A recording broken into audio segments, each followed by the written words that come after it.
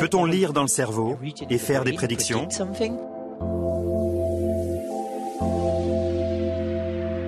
Les marketeurs peuvent-ils nous contrôler?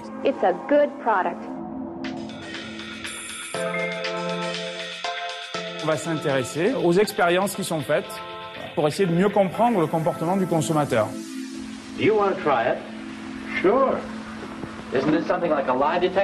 On pose des questions aux gens et on attend la bonne réponse.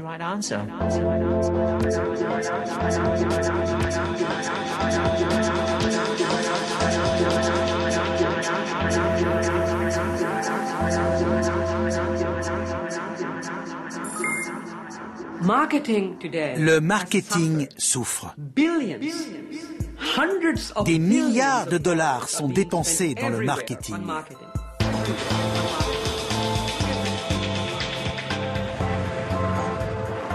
Nous sommes exposés à 2 millions de pubs télé dans notre vie. C'est comme regarder 8 heures de pub par jour, 7 jours sur 7, pendant 6 ans.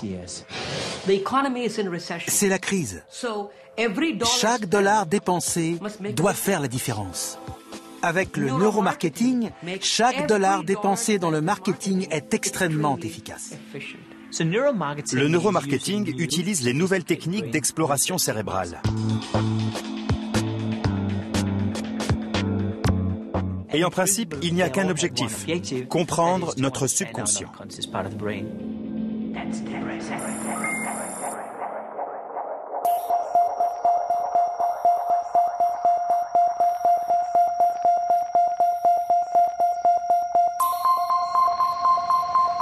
Voilà, c'est dit. Il s'agit de comprendre notre subconscient. Oui, mais dans quel but? Pour mieux nous soigner, mais aussi pour mieux nous influencer? Ces questions et toutes celles que soulèvent les sciences du cerveau font débat à l'Assemblée nationale. Les parlementaires s'interrogent sur les enjeux éthiques des neurosciences, et notamment sur le neuromarketing. Oui, le cerveau nous intéresse, nous chercheurs, les médecins, etc.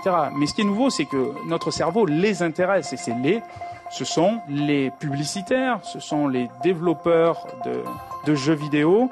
Il y a tout un business qui implique des milliards qui existe autour des sciences du cerveau aujourd'hui. Alors, principalement aux États-Unis, mais c'est en train d'arriver chez nous.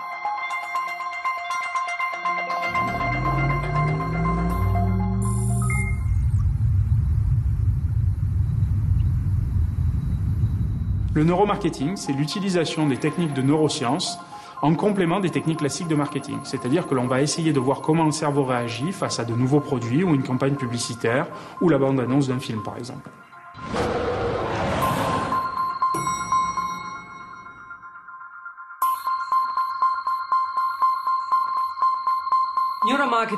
Le neuromarketing, c'est très simple. On analyse les ondes du cerveau pour mesurer l'efficacité du marketing, de la publicité, du merchandising, des marques. Mais sans poser de questions aux gens. On regarde directement dans le cerveau, directement, sans faire d'interprétation. Aucune interprétation humaine.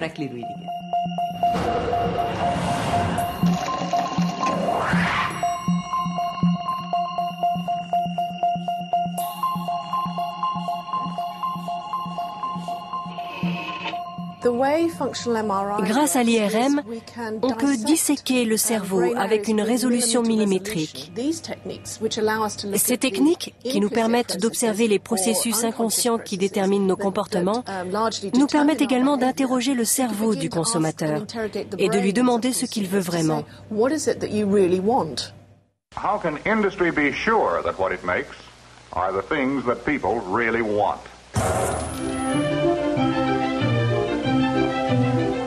And here the story begins, at the Opinion Center.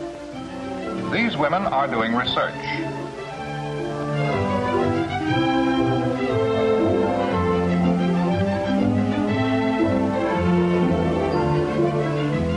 And these women are doing research too.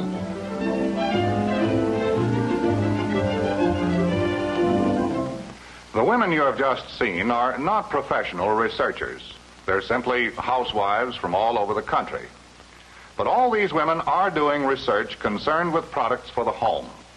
Research on style, utility, and sales. Bien avant ces images, il y a longtemps, La vie était simple, les objets étaient rares, fabriqués à la demande, le marché restait local et la concurrence n'existait pas. Le marketing n'avait alors aucune utilité.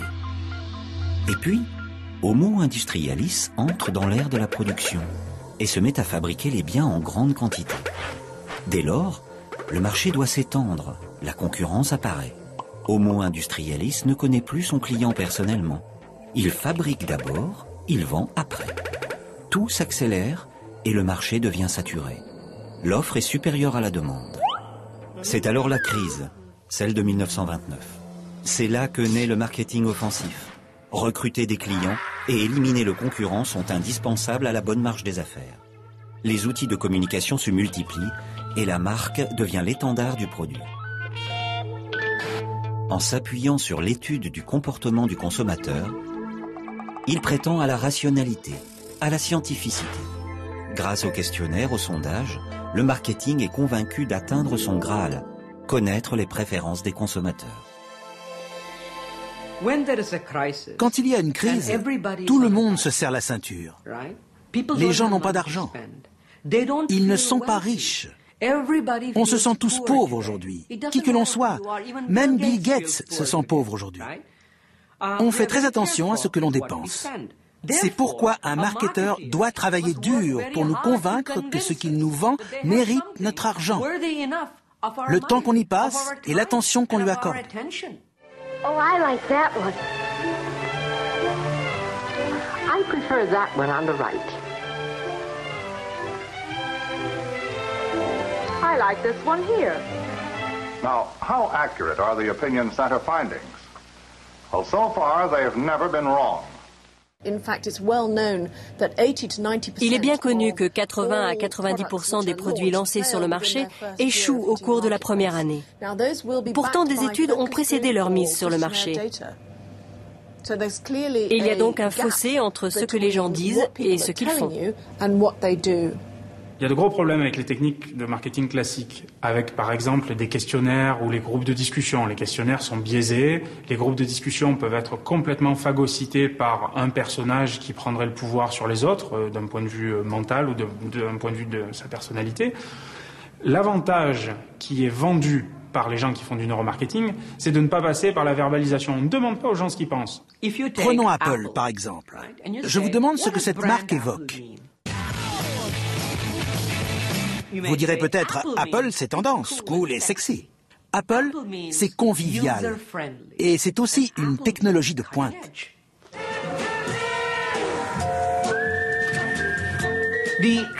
L'approche traditionnelle consiste à demander « Pensez-vous qu'Apple soit tendance, cool et sexy ? Pensez-vous qu'Apple soit à la pointe ?» Mais dès que je vous pose la question, la réponse est déjà biaisée. Si on demande aux gens, on n'a jamais la bonne réponse. C'est pourquoi nous mesurons en profondeur, dans le subconscient, là où la marque est vraiment inscrite. The members of the jury are asked to consider a number of different characteristics. Poser des questions aux consommateurs, ça ne marche donc pas. Mais pourquoi ? Pourquoi les consommateurs ne disent-ils pas la vérité ? Est-ce qu'ils mentent ? Est-ce qu'ils ont peur d'avouer leurs préférences ? Pour les brioches plutôt que pour la laitue, pour une marque plutôt que pour une autre? Ou est-ce parce qu'ils ne le savent pas eux-mêmes? Est-ce parce que nos choix sont le fruit de nos émotions bien plus que de la raison? The members of the jury are asked to consider a number of different characteristics. Deep in the subconscious. C'est extrêmement rassurant pour nous de nous dire que tout ce que l'on fait est pesé, mesuré. Or, si on regarde vraiment comment nos décisions sont prises, il y a une grande part d'émotion. Au commencement, l'homme avait besoin d'un cerveau pour respirer, manger, fuir le danger et se reproduire. Et puis, peu à peu, il s'est mis à vouloir penser, conceptualiser, théoriser. Et pour ça, il comptait sur sa seule raison, persuadé que l'émotion allait le déranger. Eh bien, il se trompait. La raison n'est rien sans l'émotion. Cette découverte récente, on la doit notamment à l'étude d'un personnage étonnant, l'Américain Phineas Gage. Phineas travaillait sur les chantiers des chemins de fer au milieu du 19e siècle. Tous ses collègues l'appréciaient. Il était courtois, sérieux, précis, en un mot fiable. Jusqu'au jour où l'Américain se fit sauter un morceau du cerveau avec une baramine. Sans le vouloir, bien entendu. Aussi incroyable que cela paraisse, il survécut à l'accident et n'y perdit que l'œil gauche.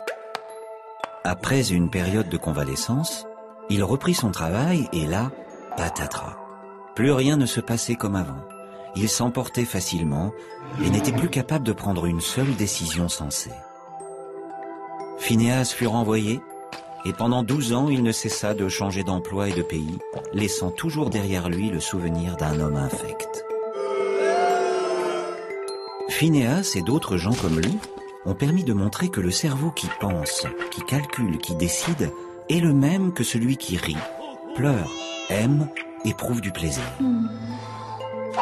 Quand nous prenons une décision, c'est l'émotion qui prend le dessus. Ça aide à faire le tri dans toutes les informations que le cerveau doit traiter. Mais le plus souvent, nous n'en avons pas conscience. Et nous cherchons a posteriori une justification rationnelle à nos choix. C'est pour ça que demander « Et pourquoi vous aimez ce téléphone portable? Pourquoi vous avez choisi cette voiture ?» ne dit pas grand-chose des désirs profonds du consommateur.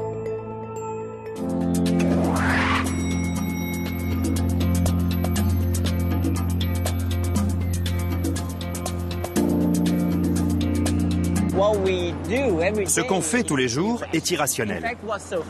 Ce qui est drôle, c'est que nous, les consommateurs, croyons être rationnels. Mais 85% de nos actions sont profondément irrationnelles. C'est comme cela que les marques nous atteignent. Une marque, en fait, c'est juste de l'émotion. On ne peut pas la toucher, on ne peut pas la sentir, c'est dans notre tête. Et c'est la raison pour laquelle le neuromarketing se développe autant. L'industrie désespère de trouver le moyen de comprendre notre dimension irrationnelle pour consolider la valeur de la marque dans notre cerveau. Imprimer une marque dans notre cerveau passerait donc par le décryptage de notre subconscient. La plus vaste étude de neuromarketing menée à ce jour, c'est Biology, la science de l'achat. Son auteur, le Danois Martin Lindström. Véritable gourou du marketing, il se vend dans le monde entier en multipliant les conférences. Le magazine Time a récemment élu Lindström parmi les 100 personnes les plus influentes de la planète. Dans ses conférences, il n'hésite pas à bousculer son auditoire. Combien d'entre vous diraient qu'ils sont profondément irrationnels dans ce qu'ils font chaque jour? Levez la main. Une jeune femme là-bas? Maintenant que vous l'avez identifiée, éloignez-vous d'elle. Elle est dangereuse. Merci d'être si honnête.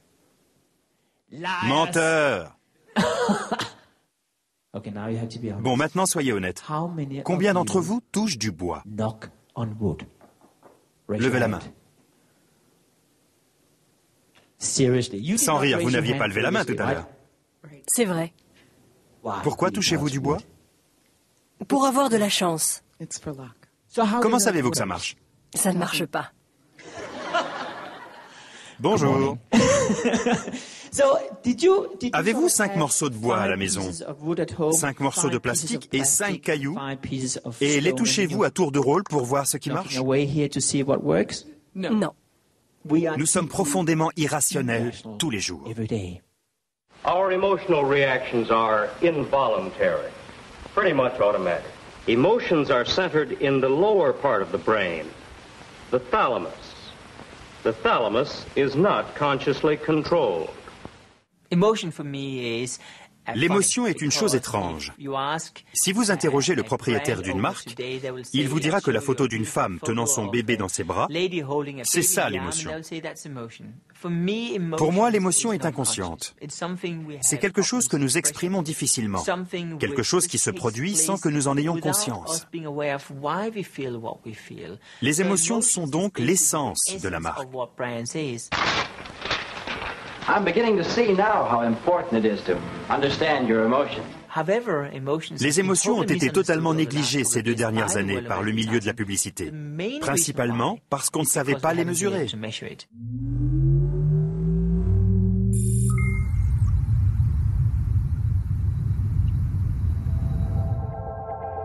Actually, it measures and records all kinds of emotional responses.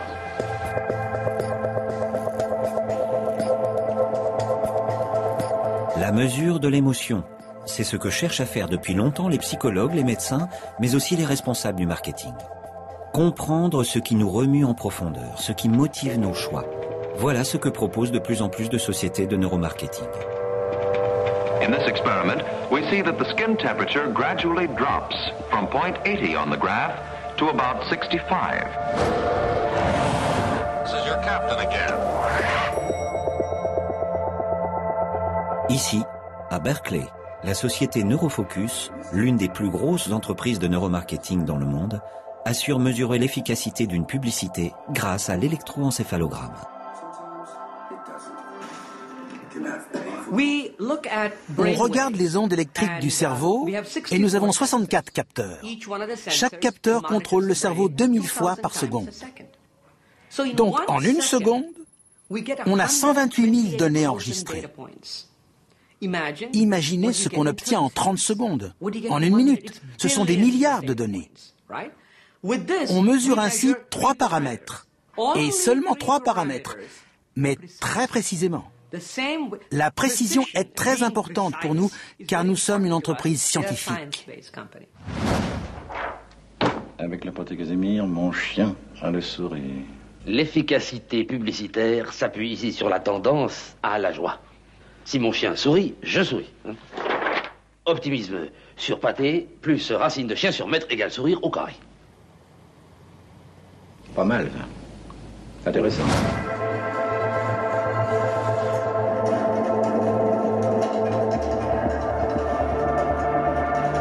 On mesure ces ondes cérébrales avec une publicité d'1 minute. À partir de là, nous mesurons 3 paramètres qui sont l'attention, l'émotion et la mémoire. On en déduit un score d'efficacité qu'on applique à la publicité que nous venons de voir. Comme vous pouvez le voir sur le graphique derrière moi, chaque paramètre a son propre score et c'est leur combinaison qui donne le score général d'efficacité. Cette publicité a un très bon score. Sur ces paramètres, on voit que l'attention est très élevée. Bon, l'attention est ce qu'il y a de plus facile à capter, c'est pour cela que c'est toujours élevé.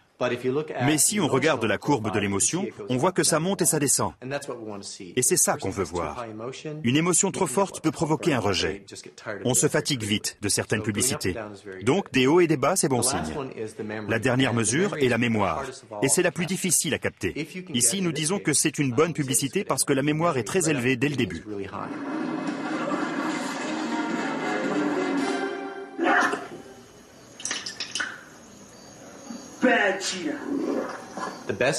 Le mieux, c'est quand la mémoire est élevée à la fin, comme on peut le voir ici. Si vous placez votre marque ou vos messages à la fin d'une publicité, c'est vraiment très bien. Et vous êtes sûr que le consommateur se souviendra de la marque.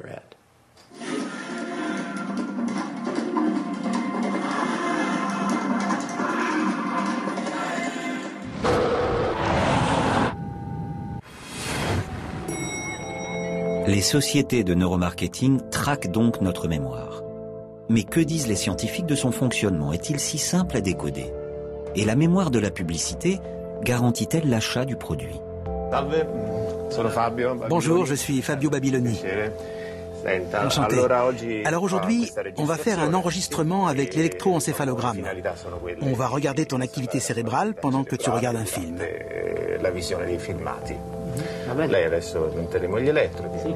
Ici, en Italie, Fabio Babiloni, chercheur en neurosciences, tente de décrypter le fonctionnement de la mémoire. Mais pas dans le même but. Lui et son équipe veulent en comprendre les mécanismes, observer l'activité d'un cerveau qui se souvient et celle d'un cerveau qui oublie. Et pour cela, le meilleur outil, c'est La mémoire d'une publicité ne signifie donc pas forcément l'achat du produit. Mais qu'en est-il de nos émotions? Ont-elles de l'influence sur la décision d'achat? Et pourquoi s'intéresser particulièrement au processus de décision? Parce que sans nous en rendre compte, nous passons notre temps à décider. Des habits que nous portons aux actions que nous faisons chaque jour, notre vie est une succession de décisions. Ici, à Palo Alto, on s'intéresse au rôle de l'émotion sur la décision. Et pour cela, on a choisi la décision d'achat parce qu'elle est rapide et l'émotion qui la précède, facile à observer.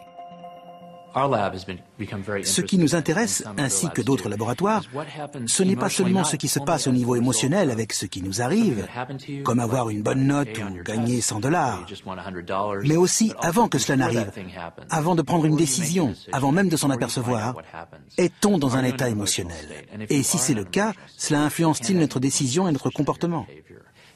Nous avons fait une expérience pour comprendre comment les gens achètent. Parce que acheter, faire du shopping sont des décisions économiques prises par la plupart d'entre nous. Et l'intérêt est évident pour les économistes, les marketeurs, les psychologues, etc. Pour comprendre si l'émotion permet de prédire nos comportements d'achat, Brian Knudson demande à des cobayes de faire leurs courses sous IRM. Au début de l'expérience, il leur donne $40. Puis il leur montre toute une série d'articles qu'ils peuvent acheter ou pas. Les cobayes repartent avec leurs courses et le reste de l'argent s'il y en a. Le plus étonnant, c'est que Brian Knudson peut prédire la décision d'achat avant même qu'ils se prononcent, simplement en regardant leur cerveau. Nous avons découvert que si la zone cérébrale impliquée dans l'anticipation de choses agréables, qu'on appelle le nucleus accumbens, si cette zone s'active quand les gens voient un produit, ils sont plus enclins à l'acheter, même avant d'avoir vu le prix. Mais quand ils voient le prix, si c'est une autre zone qui s'active qui est impliquée dans l'anticipation de choses désagréables et d'autres choses également, comme l'anticipation d'un choc ou la vision d'une horrible photo ou voir quelqu'un qui souffre, si cette zone appelée insula est plus active, alors il est probable qu'ils ne vont pas acheter.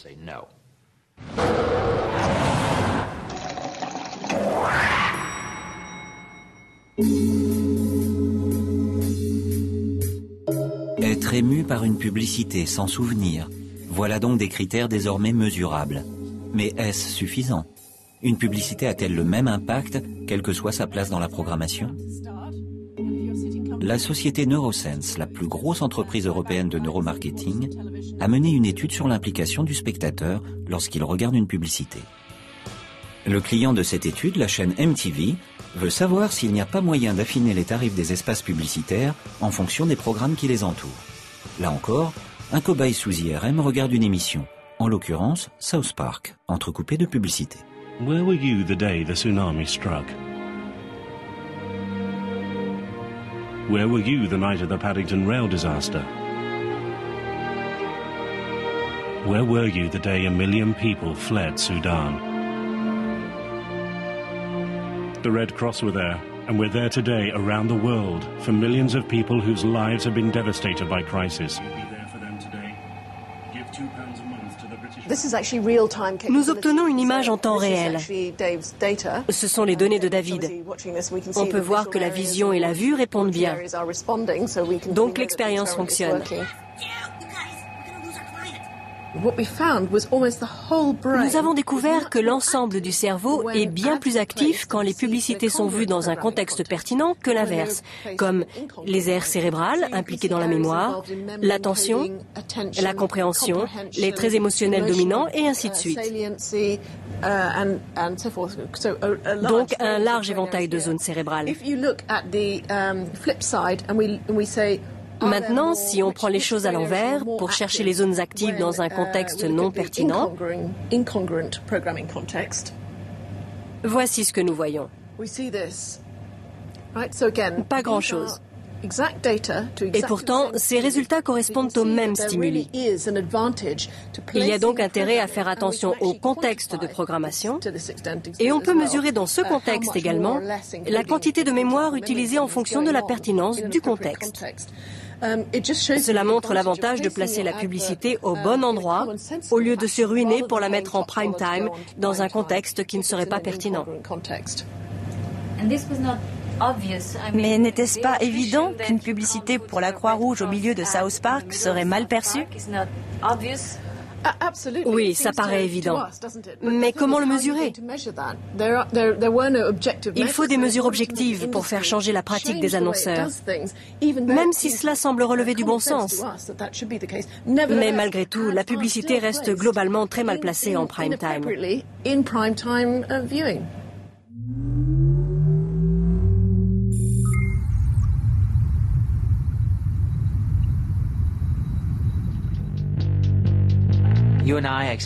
Nous sommes exposés à 2 millions de pubs télé tout au long de notre vie, soit 8 heures de spots publicitaires, 7 jours sur 7 pendant 6 ans. On ne peut pas se souvenir de tout. Donc, pour survivre, nous devons sélectionner. Et nous savons désormais que le cerveau fait la sélection pour nous. Sinon, on buggerait, comme un ordinateur. On se souvient de ce qui est pertinent. Le reste est littéralement effacé de notre cerveau. Et devinez quoi? 99,9% des pubs sont diffusées hors contexte. C'est pour cela que ça ne marche pas. Et c'est pour ça que les consommateurs sont irrités. Une bonne nouvelle donc. Dans l'abondance publicitaire, notre cerveau, somme toute assez malin, fait le tri. Mais s'il est capable de sélectionner, il adore par-dessus tout être rassuré. Et c'est là que Martin Lindström fait une découverte étonnante. Le sentiment de sécurité et d'appartenance à une communauté fonctionne de la même manière dans notre cerveau pour une marque comme pour la religion. Pour appuyer sa démonstration, le Danois donne la parole à un pasteur.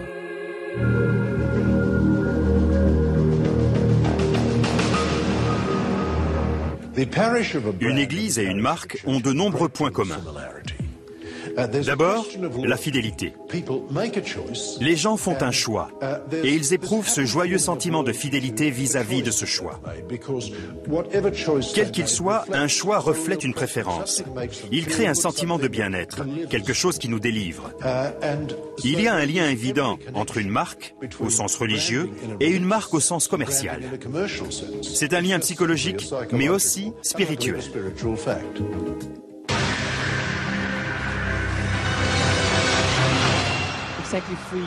Il y a 3 ans, j'ai sauté dans un avion suite au résultat du projet Biology.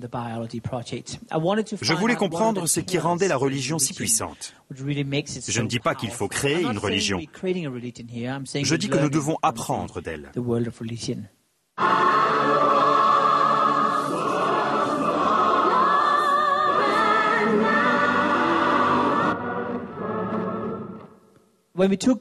Avec des marques comme Apple et Harley-Davidson, ou avec la foi chrétienne, on voit une intense activité de la région centrale du cerveau où se trouve le sentiment d'appartenance, mais aussi la peur. Des choses fortes donc. You can quote them, disagree with them, glorify or vilify them. But the only thing you can't do is ignore them. Because they change things. They push the human race forward. And while some may see them as the crazy ones, we see genius. Because the people who are crazy enough to think they can change the world are the ones who do.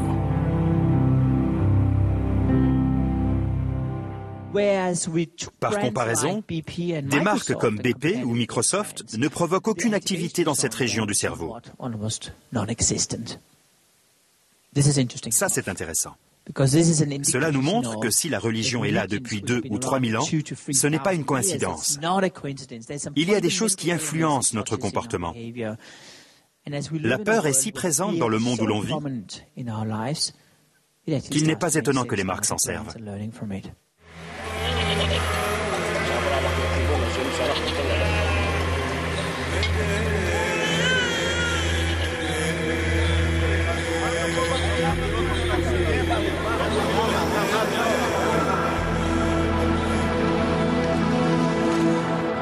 What, Moses?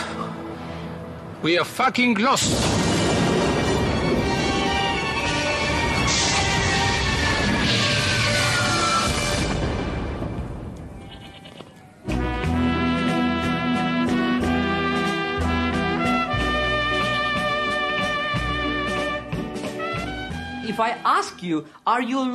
Si je vous demande si vous êtes fidèle à une marque, vous me direz « Non, je ne suis pas un chien, je n'ai pas de loyauté, je veux ce qu'il y a de mieux. » Mais dans votre subconscient, vous êtes peut-être fidèle, même si vous avez du mal à l'admettre.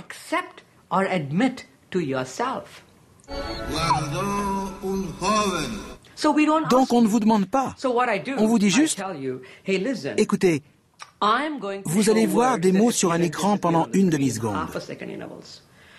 Certains ont un point rouge, d'autres non. Vous devez trouver les mots avec un point rouge. Que se passe-t-il alors? À chaque fois qu'un mot apparaît accompagné d'un point rouge, votre cerveau fait « Ah, voilà un mot avec un point rouge ». On appelle cela la réponse AA. En termes neurologiques, c'est la réponse P300, une signature absolument unique. Mais quand le nom d'une marque apparaît, il n'y a jamais de point rouge. Malgré tout, quand une marque apparaît, si elle signifie quelque chose pour vous, votre cerveau fait quand même « Ah, ah ». Cela indique clairement le niveau de résonance de la marque et son empreinte dans votre subconscient. Si la publicité est bien faite, c'est comme une religion. C'est du moins comme un des aspects de la religion. La religion a 10 piliers qui la rendent très puissante. L'un d'entre eux est l'évangélisme. On pourrait comparer la publicité à de l'évangélisme. C'est un peu comme quand on va à l'église. Sans vouloir offenser personne, une église, c'est comme un showroom. Le logo, c'est la croix. Tout cela est très puissant. Mais une église ne ferait jamais cela. Ce serait beaucoup trop. Une église, au contraire, laisse les gens reprendre sa parole, ce qui est plus authentique. Et devinez quoi? Les marques font la même chose maintenant. Je les aime parce qu'ils sont bien, ils sont, comment dirais-je, bien onctueux, vous voyez. Ah non, je préfère mes dados. Les fidèles consommateurs serviront-ils les intérêts des marques? Peut-être. Mais si les marques ont recours aux fidèles, quelles stratégies peuvent utiliser les pouvoirs publics pour des messages de prévention? Par exemple, pour nous dissuader de fumer. Parmi ces découvertes, Martin Lindström a eu la surprise de constater deux choses. Les messages du type « fumer tue » sont inefficaces, et le recours au sexe dans la publicité ne sert à rien.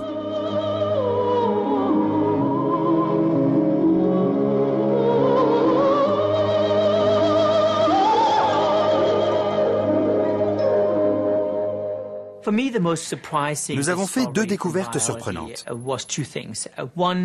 En testant les messages de santé sur les paquets de cigarettes, on a vu que ça ne marchait pas. En fait, ils ont l'effet inverse. Et ça, c'est une énorme surprise. This then is an example of a product that represents one of America's largest farm crops and one of the most controversial consumer articles. Je travaille avec plusieurs gouvernements dans le monde pour résoudre le problème du tabagisme. Et pour être franc, ce n'est pas pour demain. Mais on peut sans doute améliorer la situation. Ce que nous avons appris à propos des messages sur les paquets, c'est que quand vous voyez un paquet de cigarettes et que vous voyez le message, le nucléus accumbens est activé en premier. C'est la zone du cerveau liée au désir. Donc, vous voyez le message de santé, et 10 secondes plus tard, vous allumez votre cigarette, et vous vous sentez bien. 10 minutes plus tard, vous reproduisez le même cycle. Et vous savez ce qui se passe? Vous finissez par associer les messages à se sentir bien.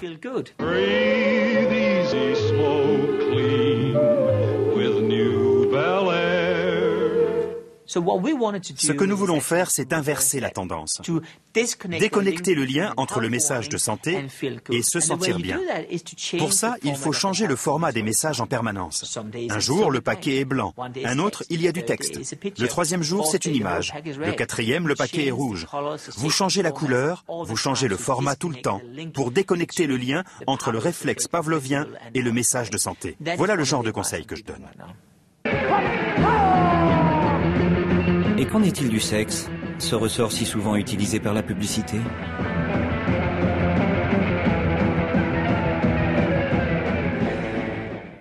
Le sexe ne fait pas vendre. Nous le savons dorénavant, grâce à Biology. On pensait le contraire. Cela a pu être vendeur dans le passé, mais il y a deux problèmes. D'abord, le sexe est tellement envahissant dans notre cerveau que dès qu'on en parle, on ne pense plus qu'à ça. Et on oublie complètement la marque. Quand on n'a rien à cacher, rien à cacher, on le montre. Joker n'a rien à cacher.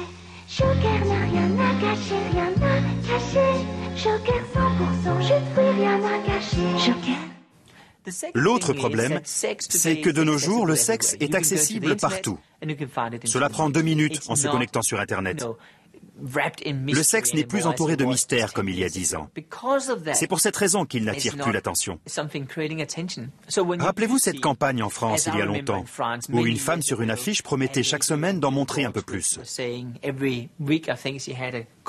Malgré son succès, cette campagne avait suscité la controverse. Et c'est pour cela que les gens en parlaient. Cela n'arriverait plus aujourd'hui. Si on refaisait cela en France, personne ne réagirait, parce qu'on est blasé. Donc, le sexe ne fait pas vendre. This is your captain again.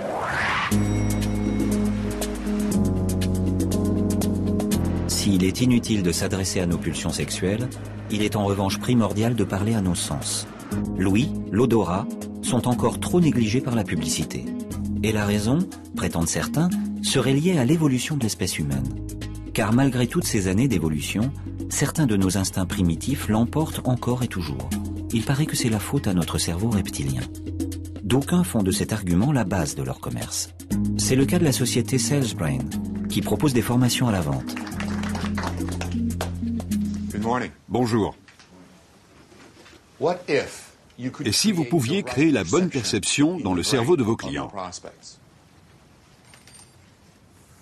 Et si vous pouviez délivrer votre message à la partie du cerveau de vos clients qui prend les décisions? Qu'est-ce que cela voudrait dire pour vous? Plus d'affaires? Quel impact cela aurait-il sur votre business? Et si le neuromarketing vous donnait la formule pour faire cela? Et si vous pouviez écrire le discours qui tue en seulement 3 heures? I like selling. I like it here. I like the job, too. I just hope the job likes me. Cela vaut-il la peine d'y passer du temps ce matin? Cela vaut-il votre cotisation syndicale pour les 10 ans à venir? Bien. Bonjour, je suis Patrick Renvoise. Je suis français, personne n'est parfait.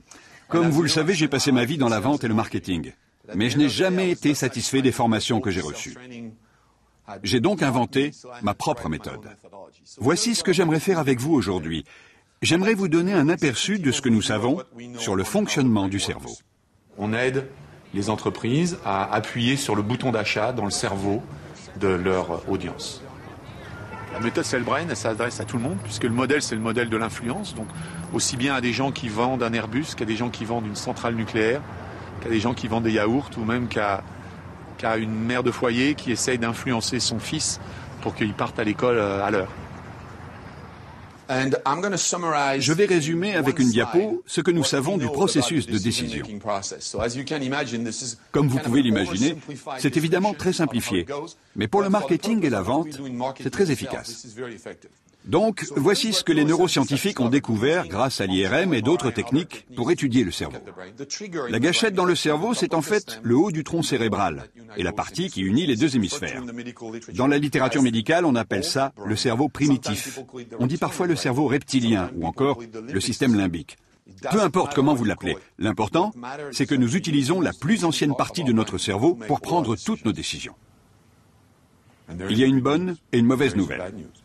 La mauvaise nouvelle, c'est que nous décidons comme un crocodile. Pourquoi? Parce que nous partageons ce cerveau avec les reptiles, d'où le nom de cerveau reptilien. Et ce cerveau reptilien est en fait très ancien. Il a 450 millions d'années. Les neuroscientifiques l'appellent aussi le cerveau préverbal. Le Graal du neuromarketing, c'est ça, c'est trouver l'image, l'histoire ou le film qui va déclencher une émotion bien particulière, ou la joie, ou la tristesse, ou le fait de se sentir guilty, et que cette émotion va ensuite déclencher la décision. C'est ça le Graal du neuromarketing.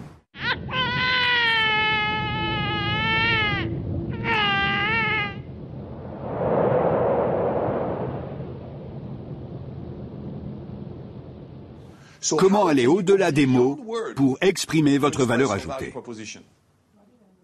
Le langage du corps, c'est un des moyens. Nous allons voir ce que vous devez faire pour parler à un organe qui ne comprend pas les mots. J'ai parlé d'une mauvaise nouvelle, mais vous savez quoi? Il y a une bonne nouvelle. Et la bonne nouvelle est que ce cerveau est si ancien, si primitif, qu'il en devient presque prévisible. Le cerveau archaïque, appelé aussi reptilien, a bon dos. si l'on peut dire. Selon une théorie élaborée dans les années 60, le cerveau serait organisé en 3 niveaux. Un cerveau archaïque, le fameux cerveau reptilien, en serait la couche la plus enfouie. Hérité des reptiles, il déterminerait un certain nombre de comportements réflexes, comme l'agressivité ou la fuite. Le niveau intermédiaire, hérité des premiers mammifères, serait responsable de comportements plus complexes liés à la mémoire et aux émotions. Le niveau supérieur, le néocortex, permettrait la pensée abstraite, le langage. Les 3 cerveaux, issus de différentes étapes de l'évolution humaine, auraient des difficultés à communiquer entre eux. Un peu comme les ordinateurs au fur et à mesure de l'apparition de nouveaux encodages informatiques. Le problème, c'est que cette théorie repose sur des notions fausses de l'anatomie du cerveau, de son fonctionnement et de la façon dont il a évolué d'une espèce à l'autre depuis des millions d'années. Autrement dit, si vous vous mettez en colère, rien ne sert de blâmer votre cerveau reptilien. L'idée même qu'il y aurait un bouton pour n'importe quoi dans le cerveau est une réduction de notre système le plus complexe. Le cerveau, c'est l'organe le plus compliqué, à la fois dans sa structure et dans son fonctionnement. Penser qu'on aurait une bosse du crime, un bouton d'achat, c'est scientifiquement faux, mais par contre, c'est un bon argument marketing. Paul Valéry disait souvent que ce qui est simple est faux, ce qui ne l'est pas est inutilisable. Donc, quelque part, pour vendre le neuromarketing, vous entendrez parler de cerveau reptilien, vous entendrez parler de boutons d'achat, de décisions immédiates, de contrastes, etc., de peur. Malheureusement, pour les marketeurs, et heureusement pour nous, consommateurs, le cerveau est loin d'être décrypté. All colas are the same. All colas are the same. I'll just have a cola. I'll just have a cola. I'll just have a cola. I'll just have a cola. I'll just have a cola. I'll just have a. Yeah, you'll have the. You'll have the. I'll just have a Coke. L'aspect neuro du neuromarketing serait donc avant tout un argument de vente du marketing ? Finalement, toutes ces mesures, ça sert à quelque chose, ça marche ou c'est du vent ? Et si ça marche, risquons-nous d'être encore plus influencés, pour ne pas dire manipulés ?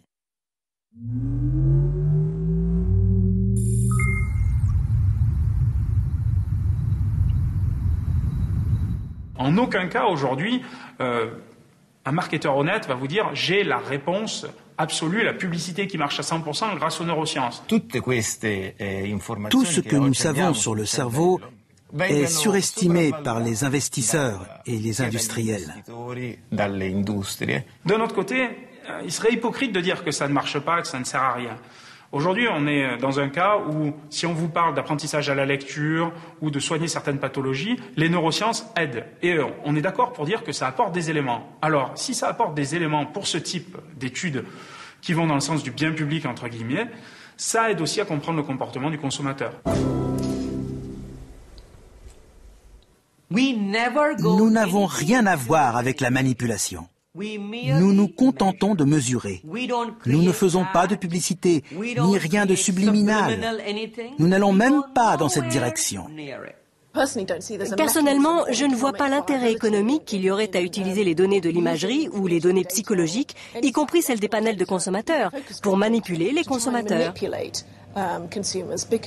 Parce qu'en vérité, si vous essayez de leur vendre une chose qu'ils ne veulent pas et que vous le survendez, alors ils ne l'achèteront pas. Subliminal advertising. A very subversive technique which uses images flash before our eyes that last only a split second, but just long enough to imprint in our vulnerable minds a product's name. Not just that either. Sophisticated vocal tricks are sometimes used without our realizing it at a conscious level. On n'a pas attendu les imageurs par résonance magnétique fonctionnelle, l'imagerie cérébrale, pour manipuler les gens et leur faire acheter ce qu'ils ne voulaient pas ou ce qu'ils ne connaissaient pas.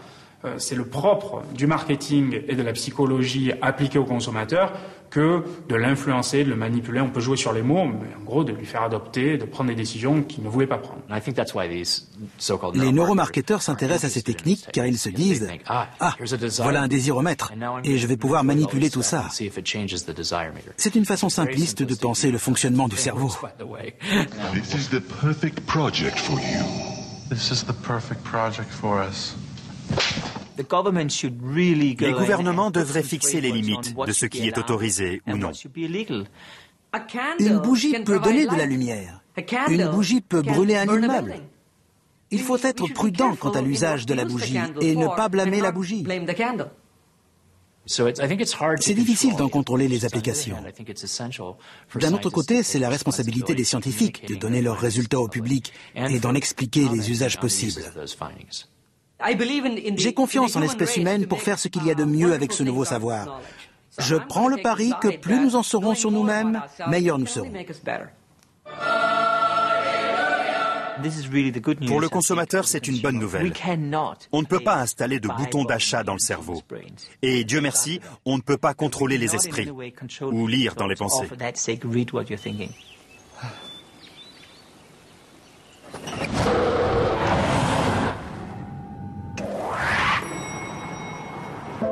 Nous voilà rassurés.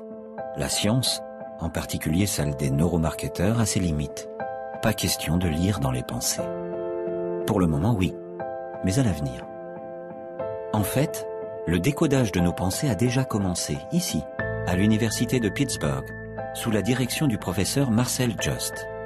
Il n'y a là aucun objectif lié au neuromarketing.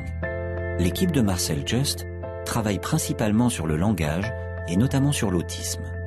Mais que se passera-t-il lorsque ces travaux seront repris par d'autres ? Depuis quelques années, on utilise l'IRM pour identifier le contenu des pensées. Grâce à de nouveaux outils de traitement de données, des machines plus intelligentes, nous sommes capables d'établir un lien entre un schéma d'activité cérébrale et un certain type de pensée.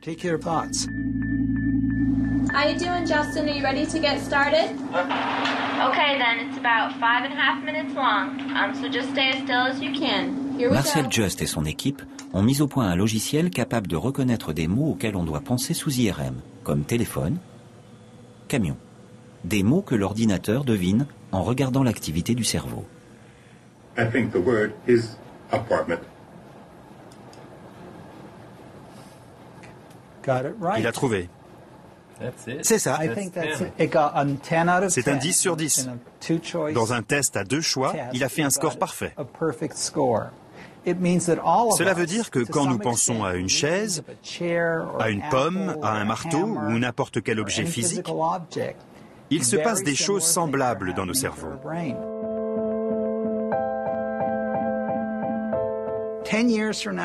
D'ici 10 ou 20 ans, on n'aura plus besoin de l'IRM. L'activité électromagnétique du cerveau sera détectée par de simples capteurs. On aura peut-être un petit matériel portatif avec lequel on pourra voir ce qui se passe dans le cerveau d'une autre personne. Ce sera un peu comme un camp de nudisme mental. Je ne sais pas comment éviter que ce soit mal utilisé. C'est un nouveau savoir formidable. Ça peut sûrement être utilisé à de mauvaises fins. On s'inquiète à propos d'interrogatoires de police, du neuromarketing. Bien sûr, on pourra l'utiliser pour de mauvaises raisons. Aujourd'hui, la coopération des gens est nécessaire. On doit faire exprès de penser à une pomme pour que cela marche. Mais au fil du temps, il faudra moins de coopération. Est-ce mauvais si chacun sait à quoi vous pensez? Eh bien, ce serait la fin de la vie privée. Vraiment. Au fur et à mesure que la science se développe, les possibilités de manipuler, en bien ou en mal, l'être humain sont absolument énormes. Vraiment énormes. Je crois que nous pourrons modifier la race humaine. Voulons-nous créer une nouvelle espèce? Je crois que nous en aurons les moyens. C'est au-delà de tout ce que je peux imaginer. Je ne sais pas. Le voulons-nous vraiment? C'est une des plus formidables questions auxquelles nous aurons à répondre. Et c'est pour bientôt.